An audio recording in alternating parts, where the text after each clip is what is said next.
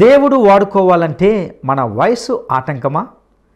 దేశం నిమ్మలంగా సుఖశాంతులతో ఉండాలంటే మనము ఏమి చేయాలి? ఇందులో దేవుణ్ణి ఎరిగిన పరిపాలకుల పాత్ర ఏమిటి? ఆలోచిద్దాం.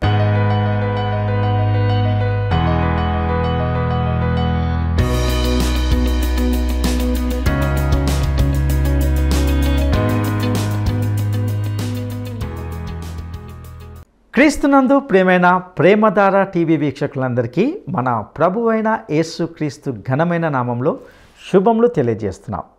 నేటి మన ధ్యాన భాగంగా 2వ రాజుల గ్రంథము 11, 12, 13 అధ్యాయాలను ధ్యానించుకోబోతున్నాం. అహజ్యా రాజు మృతి పొందాడని విన్న అతల్య లేచి రాజకుమారులందరినీ నాశనం చేసింది. అహజ్యా సహోదరి అయిన యెహోషెబా అహజ్యా కుమారుడైన యోవాషును చంపబడకుండా అతన్ని రహస్యంగా తప్పించింది. అతని దాదిని అతల్యకు కనబడకుండా ఉంచి కాపాడారు. యోవాషు 6 సంవత్సరాలు యెహోవా మందిరంలో దాచబడి ఉన్నాడు. ప్రధాన యాజకుడైన యెహోయాదా శతాధిపతులను పిలువనంపించి యెహోవా మందిరంలోనికి వారిని తోడుకుని పోయి యెహోవా మందిరంలో వారి చేత ప్రమాణం చేయించి వారికి నిబంధన చేసి రాజకుమారుని వారికి కనపరిచి వారు 3 భాగాలుగా విడిపోయి యెహోవా మందిరంలో రాకుమారుని ఎలా కాపాడారో వారికి ఆజ్ఞాపించాడు.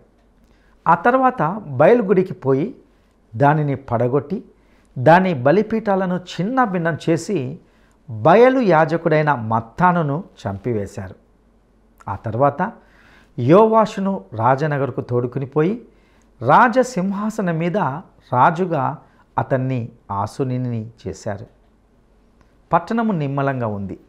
యోవాషు 40 సంవత్సరాలు యెరూషలేంలో రాజ్యపాలన చేశాడు. అయితే అతని పాలనలో విశేషాలు ఏమిటో మరియు అందలి సత్యాలు ఏమిటో నేటి ఈ పాఠంలో మనం తెలుసుకుందామా? ప్రియ శ్రోతలారా, ఈ రోజున మనం 2 రాజులు 11వ అధ్యాయం వినబోతున్నాము. యోవాషు అనే బాలుణ్ణి రాజుగా చేస్తారు. అహాబు యెజెబెలు కథ ముగిసింది. అహాబు సంతతిని యెహూ నాశనం చేశాడు. అయితే అహాబు దంపతులకు పుట్టిన ఒక స్త్రీ వివాహము ద్వారా దక్షిణ రాజ్యమైన యూదాకు వచ్చింది. ఇప్పుడు ఆమె దక్షిణాదిలో రాజమాత. ఆమె తన తల్లిదండ్రులను మించింది. తన తల్లి నీచబుద్ధి ఈమెకు సంక్రమించింది. ఈమె భయంకరమైన కార్యాలు చేసింది. 2 రాజులు 11వ అధ్యాయం 1 నుండి 7వ వచనం వరకు వినండి.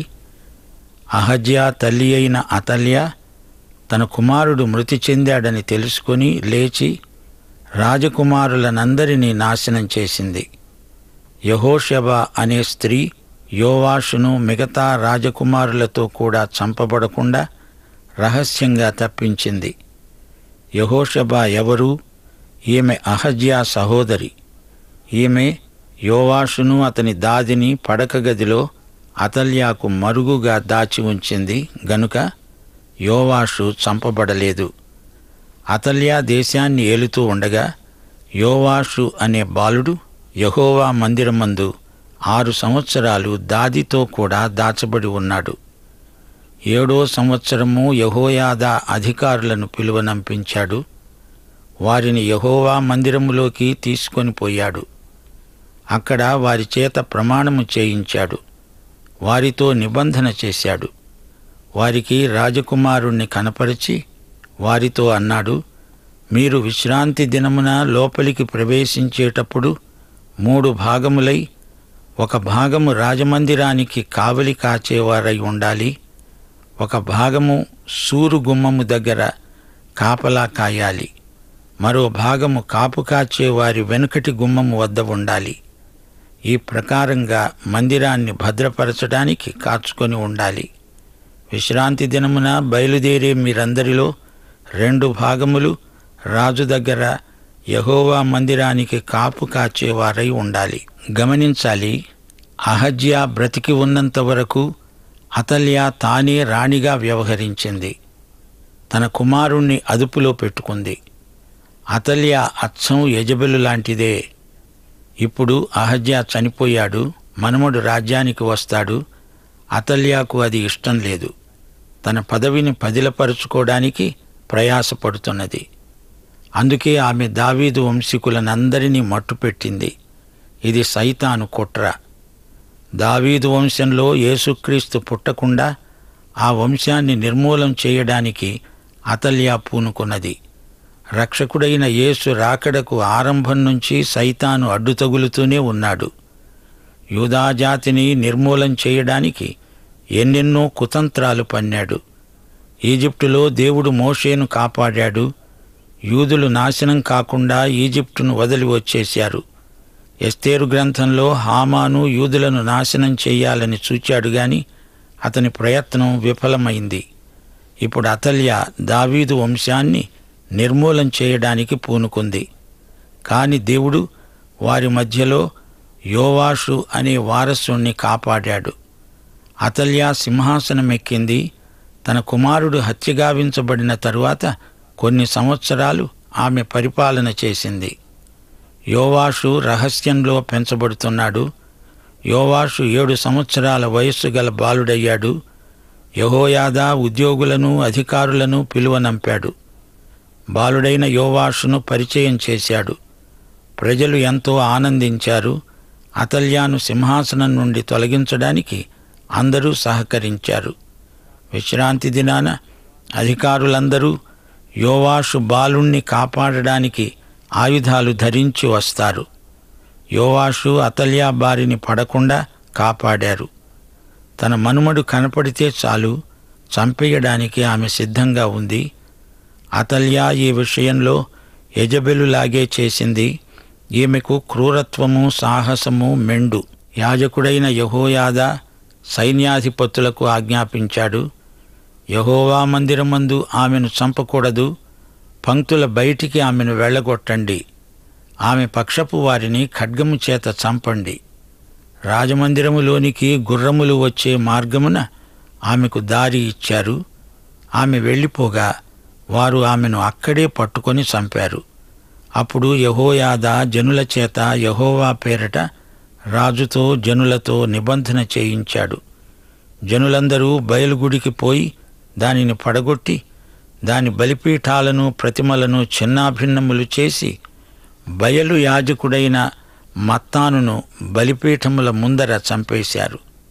యెహోయాదా మందిరాన్ని కాచుకోవడానికి మనుష్యులను నియమించాడు. అందరూ వచ్చి రాజును తీసుకొని కాపలావారి గుమ్మపు మార్గాన రాజనగరుకు రాగా రాజు సింహాసనం మీద ఆసీనుడయ్యాడు. రాజనగరు దగ్గర అతల్యాను ఖడ్గముతో చంపిన తరువాత దేశపు జనులందరూ సంతోషించారు. పట్టణం నిమ్మళంగా ఉంది. యోవాషు ఏలనారంభించినప్పుడు అతడు 7 ఏండ్లవాడు. శ్రోతలు వింటున్నారా? అతల్యా చంపబడింది. పారిపోవటానికి ప్రయత్నం చేసింది. ఆమెకు వారి చేతిలో హతమైపోయే ఘడియ వచ్చింది. వారు ఈ పీడను వదిలించుకున్నారు. ఉత్తర రాజ్యంలో అతల్యాను తొలగించడం గొప్ప ఉజ్జీవానికి కారణమైంది. ఇప్పుడు కొత్త రాజు వచ్చాడు. అతడు బాలుడు. అతనికి సలహాదారులు కావాలి. ముఖ్య సలహాదారుడు యాజకుడైన యెహోయాదా. ఇతడే అతల్యాను హత్యగావించడానికి సాధనం. యోవాషును సింహాసనమెక్కించింది ఇతడే. యెహోయాదా యెహోవా ఆరాధనను పునఃస్థాపన చేశాడు. బయలు ఆరాధన అప్పటికే యూదా దేశమంతటా ప్రసరించింది. కొందరు యెహోవాను బయలును కూడా ఆరాధన చేశారు. ఈ రోజున కూడా కొందరు ఆదివారం అతిభక్తిని ప్రదర్శిస్తారు. సోమవారం నుండి తమ ఇష్టం వచ్చినట్లు తిరుగుతారు. అలాంటి సంఘాలు నామకార్థమై చావు బతుకుల మధ్య ఊగిసలాడుతున్నాయి. యోవాషు పట్టాభిషేకంతో ప్రజల మధ్య ఆనందోత్సాహాలు వెల్లివిరిశాయి. దావీదు వంశీకుడొకడు సింహాసనం మీద ఉండడం వారి ఆనందానికి కారణం. ప్రియ శ్రోతలు, 12వ అధ్యాయంలో మనము యోవాషు పరిపాలనను గురించి వినబోతున్నాము. యాజమాన్యం యెహోయాదాది మాత్రమే. అతడే సమస్తము నిర్వహిస్తున్నాడు. ఇతని పాలనలో ఆధ్యాత్మిక ఉజ్జీవం మొదలైంది. ఉత్తర దేశాన మొత్తం 19 మంది రాజులు పరిపాలించారు. దక్షిణాన 20 మంది పరిపాలించారు. ఇశ్రాయేలు రాజ్యాన్ని పరిపాలించిన 19 మందిలో ఒక్కడూ సరిగా వ్యవహరించలేదు. నీతిమాలిన వారయ్యారు. అందరూ చెడ్డవారే, ఒక్కడూ మంచివాడు లేడు. దక్షిణాది యూదా రాజ్యంలో 20 మంది పరిపాలించారు. వారిలో 10 మంది మంచివారు, ఆ 10 మందిలో 5 మరీ మంచివారు. ఇప్పుడు 2 రాజులు 12వ అధ్యాయం మొదటి 9 వచనాలు వినండి. యెహూ ఏలుబడిలో 7వ సంవత్సరం యోవాషు ఏలనారంభించాడు. యెరూషలేములో 40 సంవత్సరాలు ఏలాడు. అతని తల్లి జిబ్యా. యెహోయాదా యోవాషుకు బుద్ధి నేర్పేవాడు. యోవాషు యెహోవా దృష్టికి అనుకూలముగానే ప్రవర్తించాడు. అయితే ఉన్నత స్థలాలు కొట్టివేయబడలేదు. అక్కడ ఇంకా బలులర్పిస్తూ ధూపం వేస్తూనే ఉన్నారు.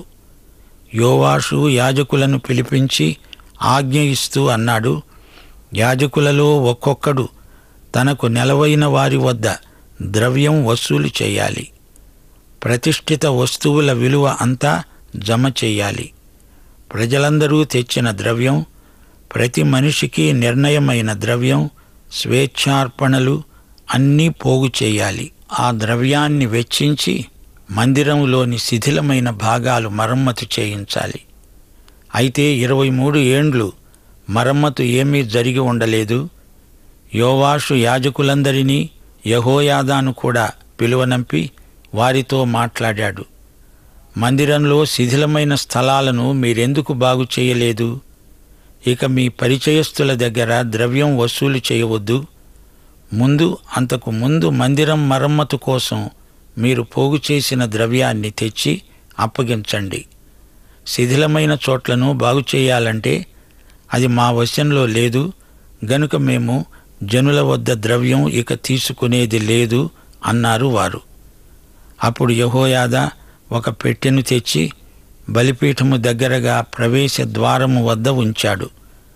ద్వారపాలకులైన యాజకులు తెచ్చిన ద్రవ్యమంతా బెజ్జం ఉన్న ఆ పెట్టెలో వేశారు. తల్లిలా లాలించును, తండ్రిలా ప్రేమించును. తల్లిలా లాలించును, తండ్రిలా ప్రేమించును. ముదిమి వచ్చు వరకు ఎత్తుకుని ముత్తాడును, సంక పెట్టుకొని కాపాడును. యేసయ్యా తల్లిలా లాలించును, తండ్రిలా ప్రేమించును. తల్లిలా లాలించును, తండ్రిలా ప్రేమించును.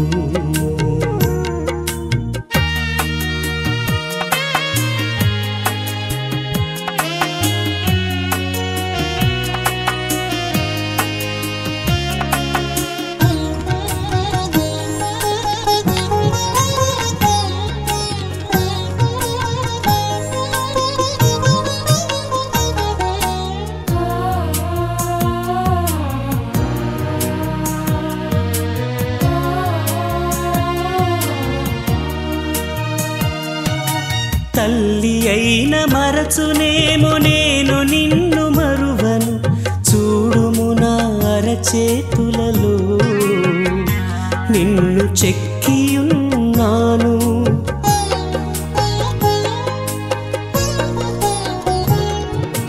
తల్లి అయిన మరచునేమో నేను నిన్ను మరువను, చూడుము నా అరచేతులలో నిన్ను చెక్కియున్నాను. నీ పాదము తొట్టిల్లనీయను నేను, నిన్ను కాపాడువాడు కునుకడు నిదురపోడు అని చెప్పి వాగ్దానం చేసిన యేసయ్యా తల్లిలా లాలించును, తండ్రిలా ప్రేమించును. తల్లిలా లాలించును, తండ్రిలా గమనించాలి, యోవాషు తన 7వ ఏట సింహాసనమెక్కాడు. తన 47వ సంవత్సరం వరకు పరిపాలించాడు. అతని తల్లి పేరు జిబ్యా. ఈమె బెయేర్షెబా ప్రాంతీయురాలు. ఈ గ్రంథంలో ఆయా వ్యక్తుల తల్లుల పేర్లు చెప్పబడినవి. ఎందుకనగా పిల్లల మీద తల్లుల ప్రభావం ఎంతో బలమైనది. యాజకుడైన యెహోయాదా రాజుకు దేవుని వాక్యం బాగా నేర్పాడు. దేవుని వాక్యం ఎరిగిన వారు పరిపాలకులైతే ఆ దేశం ఎంతో ధన్యమైనది. దేవుణ్ణి ఎరిగిన పరిపాలకులు ప్రజలకు ఎంతో మేలు చేయగలరు. ఇందులో ఇసుమంత కూడా సందేహం లేదు. నేడు మన నాయకులకు దేవుని వాక్యం తెలిసి ఉండడం ఎంతో అవసరమని వేరే చెప్పనక్కర్లేదు. దేశంలో ఎంత ఉజ్జీవం వచ్చినా కొందరు మార్పులేని జీవితాలను వెళ్లబుచ్చేవారున్నారు. యాజకులలో కూడా మారు మనస్సు లేని వారు కొందరున్నారు. దేవమందిరంలో శిథిలమైన భాగాలు మరమ్మతు లేకుండా అలాగే ఉండిపోయాయి. మరమ్మతు కోసం వసూలు చేసిన ద్రవ్యాన్ని దానికి దీనికి ఏవేవో చిల్లర పనులకు వాడుకున్నారు. యోవాషు ఈ లోపాన్ని సరిదిద్దాడు. ఈ రోజున కూడా చాలా సంఘాలలో ఇదే తంతు కొనసాగుతున్నది. బీద విధవరాండ్ర కానుకలు దుర్వినియోగమవుతున్నాయి. మంచి వ్యవహార దక్షత గలవారిని సంఘంలో ఖజానాదారుగా నియమిస్తే మంచిదే గాని అతడు ఆధ్యాత్మిక వ్యక్తి అవునా కాదా అని ముందుగా చూడాలి. యోవాషు చేసిన ఏర్పాటు ఎలా ఉందో చూడండి. ఒక కానుక పెట్టె చేయించాడు. దానికి పైగా ఒక బెజ్జం చేశాడు. ఆ పెట్టెకు తాళం వేరే ఉంటుంది. కానుకలు ఆ బెజ్జంలో గుండా పెట్టెలో వెయ్యాలి. యోవాషు కానుక పెట్టె నమూనా నేటి వరకు అనేక సంఘాలలో వాడుకలో ఉన్నది. ఈ కానుక పెట్టె విధానం కనిపెట్టినవాడు యోవాషు. అతని సృజనాత్మక విధానానికి అతనికెంతో కృతజ్ఞులం. 17వ వచనం నుండి కానుక పెట్టె నిండినప్పుడు అనుమతి పొందిన అధికారులు దానిని తీసి సంచులలో వేశారు. ఆ ద్రవ్యాన్ని పనిచేసేవారికి అప్పగించారు. ఆ ద్రవ్యంతో పనివారు కావలసిన సామాను కొని తెచ్చి అవసరమైన మరమ్మతు పనులు చేయించారు. ఈ విధంగా యెహోవా మందిరము బాగు చేయబడింది.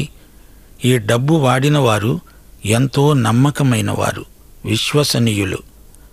అపరాధ బలులు, పాప పరిహార బలులు జరిగించినప్పుడు వచ్చిన కానుకలు యాజకులే తీసుకున్నారు. సిరియా రాజైన హజాయేలు గాతు పట్టణం మీదికి పోయి యుద్ధము చేసి దానిని పట్టుకొన్న తర్వాత అతడు యెరూషలేము మీదికి రాదలంచి ఉండగా యూదా రాజైన యోవాషు ప్రతిష్ఠిత వస్తువులన్నిటినీ, దేవుని మందిరములో రాజనగరులో ఉన్న బంగారమంతటినీ తీసుకొని సిరియా రాజైన హజాయేలుకు పంపాడు. అప్పుడతడు అది తీసుకొని యెరూషలేము నుండి తిరిగిపోయాడు. యూదారాజుల గ్రంథంలో ఈ చర్యలన్నీ రాయబడి ఉన్నాయి. అతని సేవకులు లేచి కుట్ర చేసి సిల్లా నగరానికి పోయే తోవలో మిల్లో అనే నగరునందు యోవాషును చంపారు. యోజాకారు, యెహోజాబాదు అనే సేవకులు అతని మీద పడి అతన్ని హత్య చేశారు. జనులు దావీదు పురమందు అతని పితరుల సమాధిలో అతన్ని పాతిపెట్టారు. అతని కుమారుడైన అహజ్యా అతనికి మారుగా రాజయ్యాడు. ప్రియశ్రోతలు వింటున్నారా? యోవాషు సిరియా రాజైన హజాయేలును లంచమిచ్చి వదిలించుకుందామని చూచాడు. ఈ ఉత్తర దక్షిణ రాజ్యాలలో ఉజ్జీవాన్ని గురించి 1-2 దినవృత్తాంతాల గ్రంథంలో మనం వినబోతాము. యోవాషు తన 42వ ఏట చనిపోయాడు. అతని సేవకులే అతన్ని చంపేశారు. అతన్ని దావీదు పట్టణంలోనే పాతిపెట్టారు. ఇప్పుడు మనం 13వ అధ్యాయంలోకి వచ్చాము. ఈ అధ్యాయంలో ఎలీషా చేసిన మరిన్ని గొప్ప కార్యాలను మనం వింటాము. రాజులకు, పరిపాలకులకు ఈ అధ్యాయంలో ఎన్నో నీతి పాఠాలు దొరుకుతాయి. ఇశ్రాయేలు, యూదా అనే 2 రాజ్యాలను గురించిన చరిత్ర మనం వినబోతున్నాము.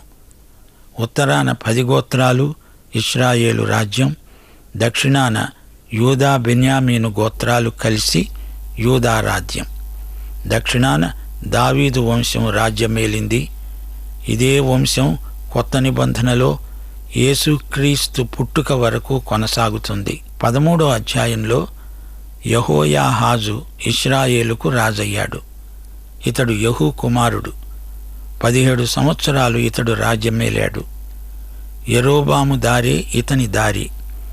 అతని అడుగుజాడల్లోనే ఇతడు నడిచాడు. యెహోయాహాజు తరహా అంతా యెరోబాముదే.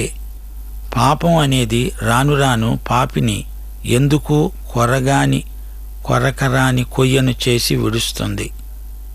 మొదట సరదాగానే ఉంటుందేమో కాని రాను రాను దుర్భరమై దుస్సహమై అందరికీ చీడ పురుగై బాధిస్తుంది. గాని భక్తి జీవితం దేవుని పట్ల ప్రేమను, మనుషుల పట్ల స్నేహాన్ని, సేవాభావాన్ని వృద్ధి చేస్తుంది. యెరోబాము చేసిందేమిటి? ఇశ్రాయేలులో దూడ పూజను నెలకొల్పాడు. సత్యదేవారాధన నుండి ప్రజలను మళ్లించి వారిని మూక ఉమ్మడిగా పాపంలోకి నడిపించాడు. అహాబు, యెజెబెలు సింహాసనమెక్కినప్పుడు విగ్రహారాధన సంస్కృతిలో వారు బరితెగిపోయారు. బయలును బహిరంగంగా పూజించడం మొదలెట్టారు. యెహోయాహాజు తన తండ్రిలాగా ఉన్నాడు. కొంతవరకు మేలే. బయలు పూజకు సాహసించినవాడు కాడు. అహాబు, యెజెబెలు కంటే చాలా నయం. అయితే యెరోబాము చాలు ఇతనికి వచ్చింది. అది బాగాలేదు. 1వ వచనం, యెహోయాహాజు ఇశ్రాయేలును 15 సంవత్సరాలు ఏలాడు. షోమ్రోను రాజధాని. యెరోబాములాగే జీవించి యెహోవా దృష్టికి చెడుతనం జరిగించాడు.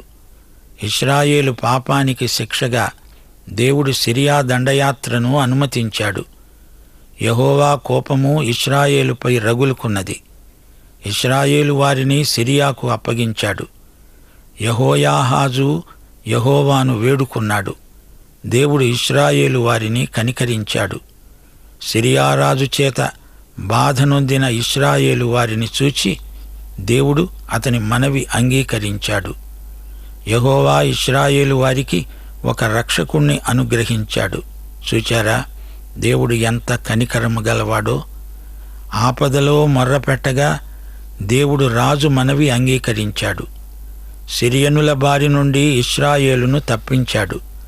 అప్పుడు ఇశ్రాయేలీయులు మునుపటి వలె స్వస్థానములలో కాపురమున్నారు. యెహోయాహాజును దేవుడు ఆశీర్వదించాడు. అయినా యెరోబాము దుష్ప్రభావం వీరిని పూర్తిగా వదల్లేదు. సిరియావారి చేతిలో తిన్న దెబ్బ యెహోయాహాజును మళ్లీ కోలుకోకుండా చేసింది. సిరియావారు యెహోయాహాజు బలగాన్ని దుళ్లకొట్టిన ధూళిలాగా నాశనం చేసి విడిచారు. యెహోయాహాజు పరాక్రమ కార్యాలన్నీ ఇశ్రాయేలు వృత్తాంతముల గ్రంథంలో రాసి ఉన్నాయి. యెహోయాహాజు చనిపోగా అతన్ని షోమ్రోనులో పాతిపెట్టారు. ఇదే వరస. రాజు వచ్చాడు, పరిపాలించాడు, చచ్చాడు, పాతిపెట్టబడ్డాడు. మానవ చరిత్రలో ఏమున్నది గర్వకారణం?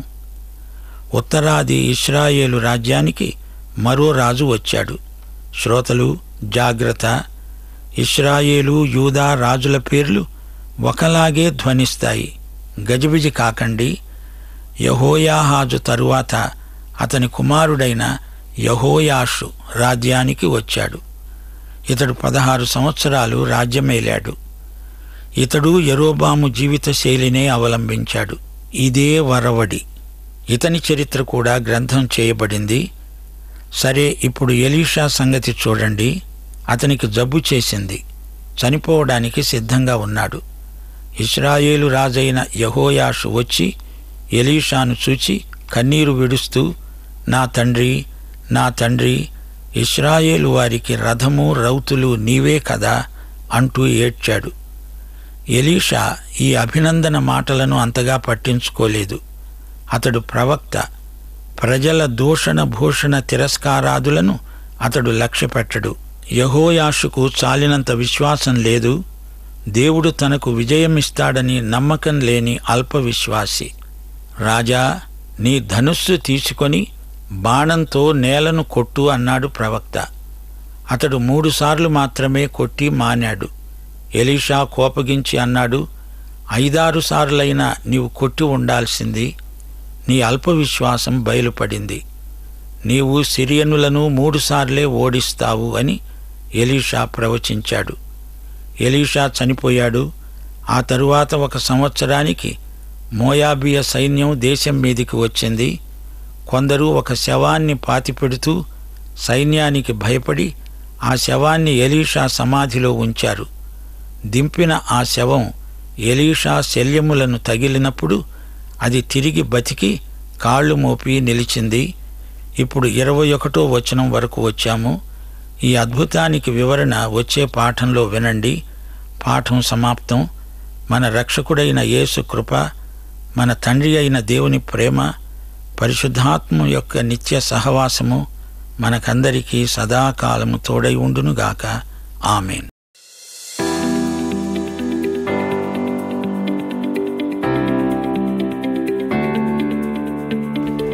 యోవాషు అతల్య కంటపడకుండా ఎన్ని సంవత్సరములు యెహోవా మందిరంలో అతని దాదితో కూడా దాచబడ్డాడు. యోవాషు అతల్య కంటపడకుండా ఎన్ని సంవత్సరములు యెహోవా మందిరంలో అతని దాదితో కూడా దాచబడ్డాడు. 1 7 సంవత్సరములు, 2 6 సంవత్సరములు, 3 8 సంవత్సరములు. ఈ ప్రశ్నకు సరైన జవాబును ఈ వాట్సాప్ నంబర్కు పంపండి. ప్రియులారా, ఇంతవరకు మనము 2వ రాజుల గ్రంథము 11 నుండి 13 అధ్యాయాలను ధ్యానించుకొని ఉన్నాం. అతల్య అనే స్త్రీ రాజకుమారులందరినీ నాశనం చేసినప్పుడు బాలుడైన యోవాషు 6 సంవత్సరాలు యెహోవా మందిరంలో దాదితో కూడా దాచబడినట్లుగా చూశాం. ప్రధాన యాజకుడైన యెహోయాదా శతాధిపతులను పిలువనంపించి రాకుమారుణ్ణి ఎలా కాపాడాలో వారికి ఆజ్ఞాపించాడు. యోవాషు 40 సంవత్సరాలు యెరూషలేంలో రాజ్యపాలన చేశాడు. అతనికి బుద్ధి నేర్పిన దినములన్నిటిలో కూడా అతడు యెహోవా దృష్టికి అనుకూలంగా ప్రవర్తించాడు. అయితే ప్రజలు మాత్రం ఉన్నత స్థలాలను కొట్టివేయక అక్కడ బలులు అర్పిస్తూనే ధూపం వేస్తూనే ఉన్నారు. దేవాలయం ఎక్కడెక్కడ శిథిలమై ఉందో అక్కడ దానిని బాగు చేయమని యోవాషు యెహోయాదాను ఆజ్ఞాపించాడు. గత 23 సంవత్సరాలుగా ఎలాంటి మరమ్మతులు చేయకపోవడానికి కారణమేమిటి అని అడిగి మందిరంలో ఒక పెట్టెను తెచ్చి దాని మూతకు బెజ్జం వేసి ప్రజలందరూ కానుకలు వేయడానికి దానిని ఏర్పాటు చేశాడు. యోవాషు దేవుణ్ణి ఆశ్రయించక ఆయన మందిరపు ఉపకరణాలతో బంగారంతో ద్రవ్యమిచ్చి హజాయేలును ప్రసన్నం చేసుకోగోరాడు. అయితే దేవుడు ఇశ్రాయేలు వారిని సిరియా రాజైన బెన్హదదుకు అప్పగించాడు. యెహోయాహాజు దేవుణ్ణి వేడుకున్నప్పుడు ఇశ్రాయేలును కనికరించి ఒక రక్షకుని అనుగ్రహించాడు. దేవుణ్ణి ఎరిగిన పరిపాలకులు ప్రజలకు ఎంతో మేలు చేయగలరు. మన నాయకులకు దేవుని వాక్యం ఎంతో అవసరం. ప్రియులారా, మన జీవితంలో చెడు కార్యాలను తొలగిస్తే క్రీస్తునందు శాంతి సమాధానములు కలిగిన వారమై ఆయన్ని హత్తుకొని జీవించగలం. దేశంలో దుష్టులను దుష్టత్వాన్ని ఏరి పారేస్తే దేశం నిమ్మలంగా సుఖశాంతులతో ఉంటుంది. అట్టి కృప దేవుడు మనకు దయచేయనుగాక. దైవాశీస్సులు.